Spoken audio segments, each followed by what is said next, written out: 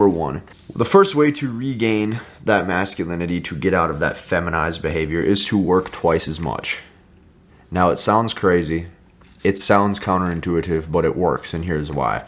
When many men enter into these relationships, their females start to really pick and poke at them, and they don't know why. And what they try to do is to get out of this, they start to couple it by actually spending more time with them, by actually diving deeper into the situation and starting to do more for the spouse or partner. But the thing is what that does is that makes her ultimately lose respect for you, because now she sees that there's a man putting her before himself.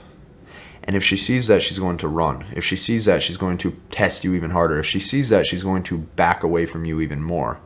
And this sends conflicting signals in the guy's head, because he's like, wait, hold up. So I'm putting in more work and not being rewarded for it at all.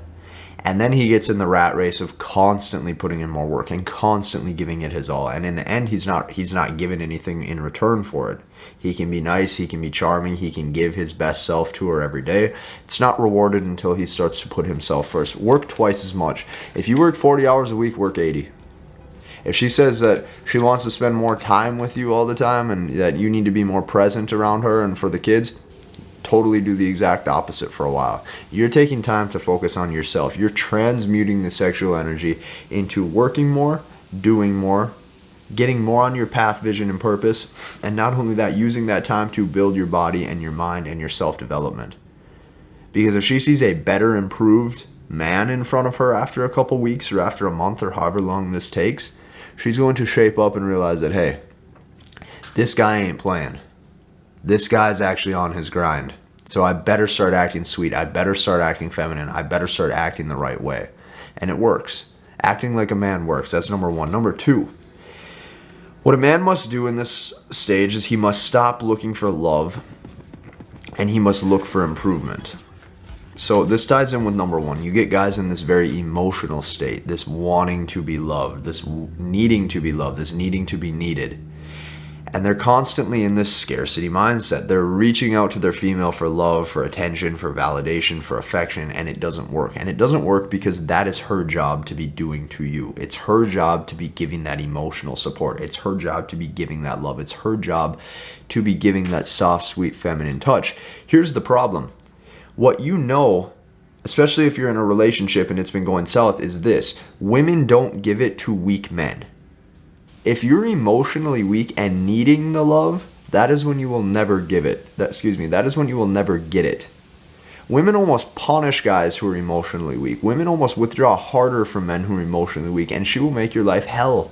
She'll make your life hell because she sees that you need her. A man that now needs her is a man that she doesn't want. So you need to stop looking for love and you need to start looking for self-improvement and self-development. She'll never love you the same way you love her. You just love the presence. You love how she looks. You love how she makes you feel. She's not like that. She's going to love you for certain characteristics that represent masculinity. What you have to do is you have to get on the self-development. So let me ask you, if you're overweight and you lose 30 pounds within a couple months and all of a sudden she sees a strong dude with a V-taper and big shoulders and big upper chest, you're telling me she's not going to look at him a little bit more alpha and strong? Of course she will. He put in the self-improvement.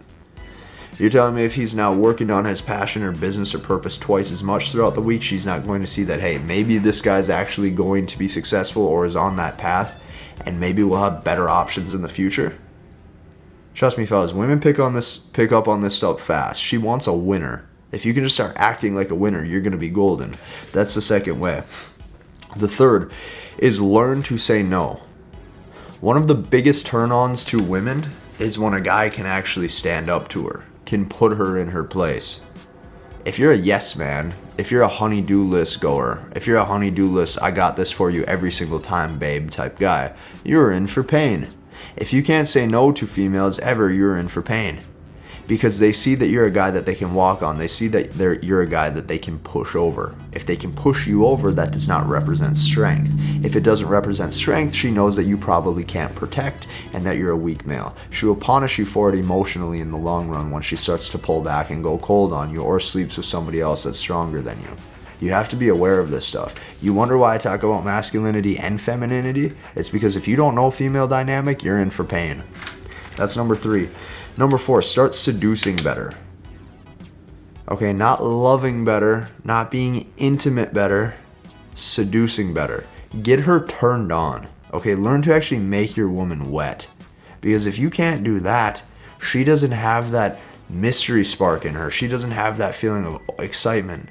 Like, if this guy's consistent lover boy every single day, and she's just never wet for him, he can never put her in that place of sex where it's like, hey, this is happening now, this is how it's gonna happen, and you're gonna love this, and so am I. If you can't start to give off that energy in the bedroom where like, hey, it's on, it's not on for love, like we're together and it's on because we need this right now. If you can't start to seduce your woman with the foreplay and with the sexual presence and the aura that you bring, you're also in for pain. Because you're too much in that emotional weakness. You're too much in that feminized state. What's happened is that you've been around the female for so long that you're starting to adapt some of her traits. Everybody does it, unless you catch yourself slipping. If you can actually recognize it and catch yourself slipping, you can save yourself a lot of time, energy, and headache throughout a marriage, throughout a relationship, anything like that. The fifth way to regain masculine frame is less talk, more do. You see, men who talk a lot, men who have a lot to say to her about how the relationship is going, about how the emotional standpoint is, you realize you're also entering into a feminine frame. And she's not going to appreciate that in the long run. Men do. Women will talk. Women will talk about the feelings. They'll talk about the emotions. They'll talk about how it makes them feel. Men just have to do. You have to put your head down and work. You have to put your head down and build the body.